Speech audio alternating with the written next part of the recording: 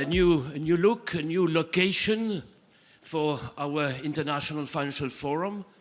This is the first time we are here in Pavillon Gabriel, a little bit easier at the center of Paris, not so far from l'Élysée and the president.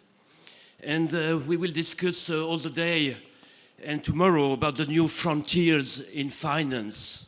New frontiers in finance, how to develop long-term savings and reorientate these savings toward the financing of the economy, develop sustainable and social finance.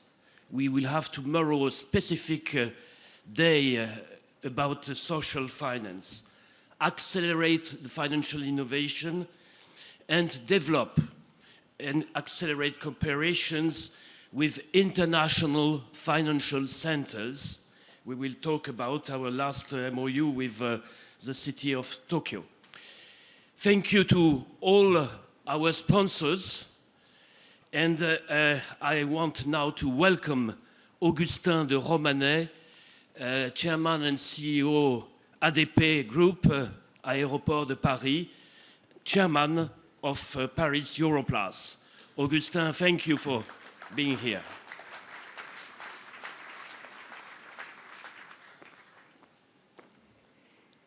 So good morning, everybody, ladies and gentlemen, distinguished guests. Thank you for coming for this event, which is organized in July to show that French people work very hard, even in summer. It is the true origin of this position in the calendar. So I would like to welcome you in the Pavillon Gabriel and thank you, in particular our international friends and eminent speakers, for your participation in this landmark event. I'm particularly grateful for presence today of Dr. Hiroshi Nakazo, Chairman of FinCity Tokyo, with whom we have just signed a financial cooperation agreement.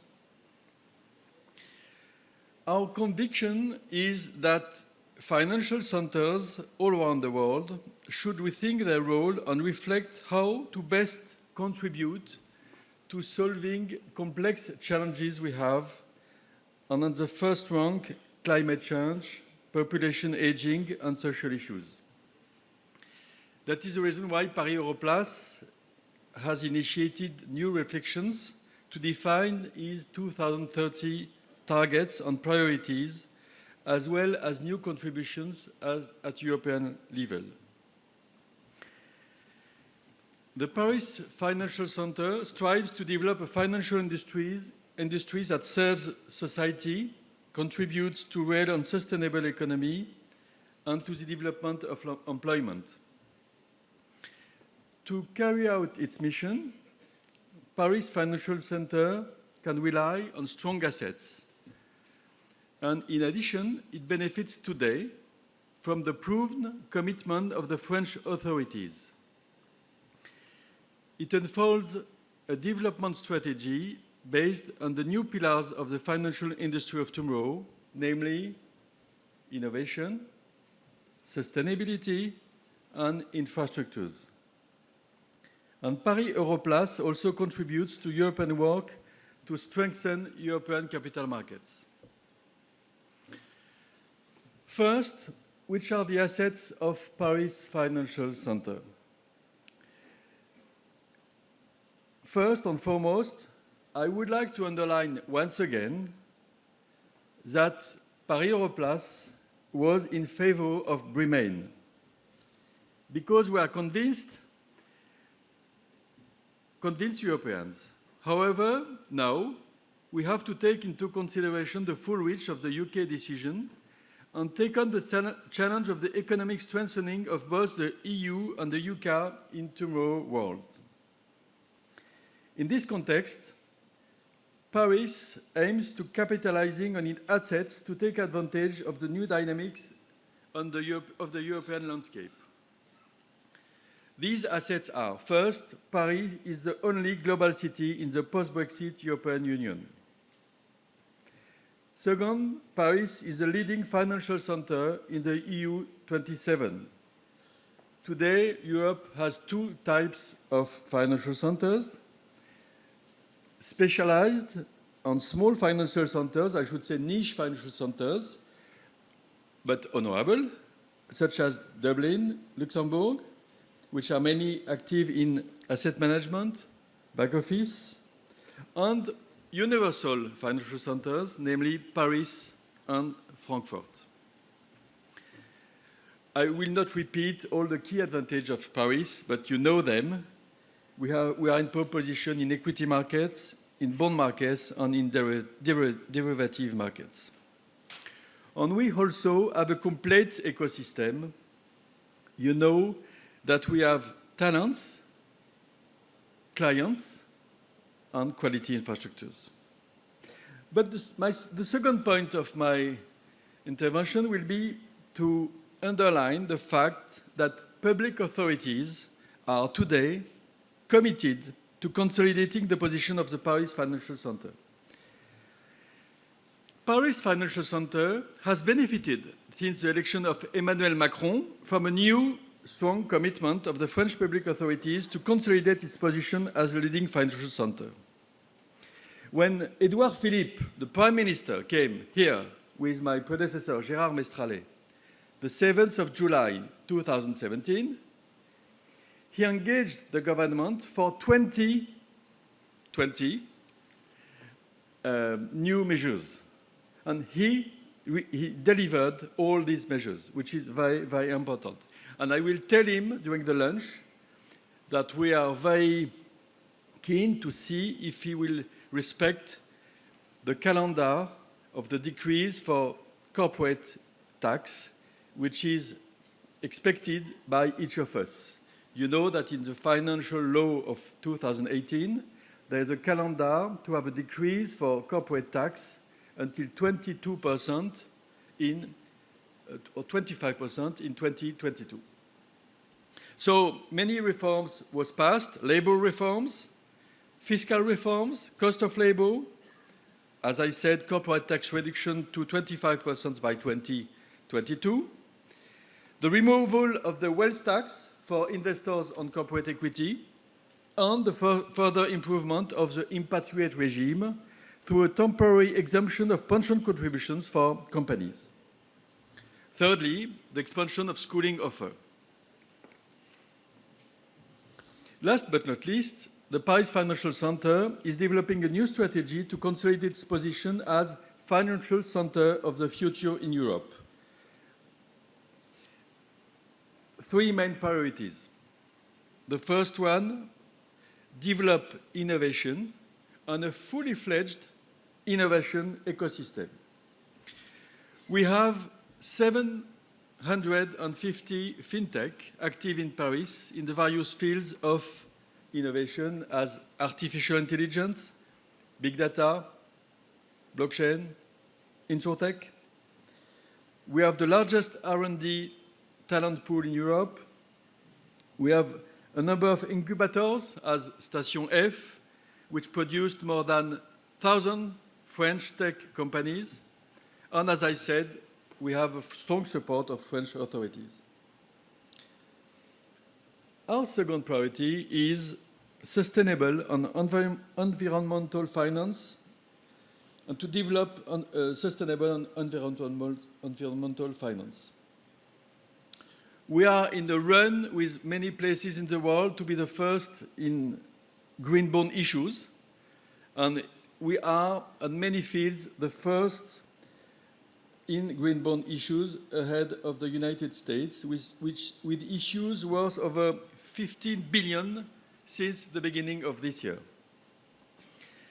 And as from COP21 in 2015, Paris was the first financial center to collectively declare his support for the scientific consensus of the impact of greenhouse gas emissions. And we took the first measures to ensure that the financial industry contributes to accelerating the transformation towards a low-carbon economy.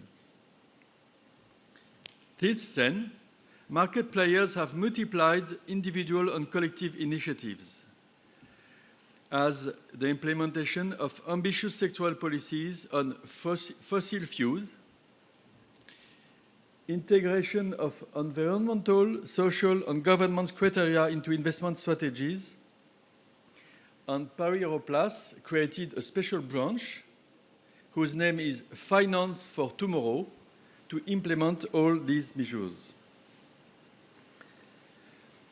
Last week, Paris Financial Center announced the 2nd of July new commitments to fight climate change and to contribute to the objective of carbon neutrality in 2050. These new commitments include, first, promoting the exit of thermal coal, and Bruno Le Maire, the minister, urges us to define a calendar.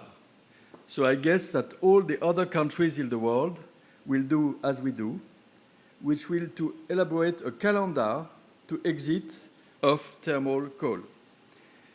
We also decided to strengthen the methodologies used to assess portfolio exposure to climate risks and to align investment portfolios with a 2-degree scenario. And then the third engagement has been to monitor commitments through the creation of a platform to observe the achievements and actions of Paris Financial Center in the field of green and sustainable finance. I have in the room my first director of budget, Michel Prada, he is here. And when he welcomed me in budget, he told me, you can improve only what you measure. So, as far as we will measure our actions, we will improve them in big conditions. The third point is our engagement to develop infrastructure financing, which is at the core of our strategic project. Financing needs are huge in that field, and Paris benefits from one of the most efficient ecosystems in the world, with the presence of leading corporate, the ability of the banks to accompany on the development of new dedicated investments, and also a community of international lawyers of high quality to accompany this project. For all these reasons, and because of these new dynamics, more than 200 relocation projects are expected to create 8,000 jobs in the Paris region. And the Brexit relocation flows now place Paris in pole position in Europe in terms of job relocated. And to conclude, I would like to emphasize that Paris EUROPLACE develops a strong contribution at European level. We have all together to be sure that Europe will be able to finance innovation.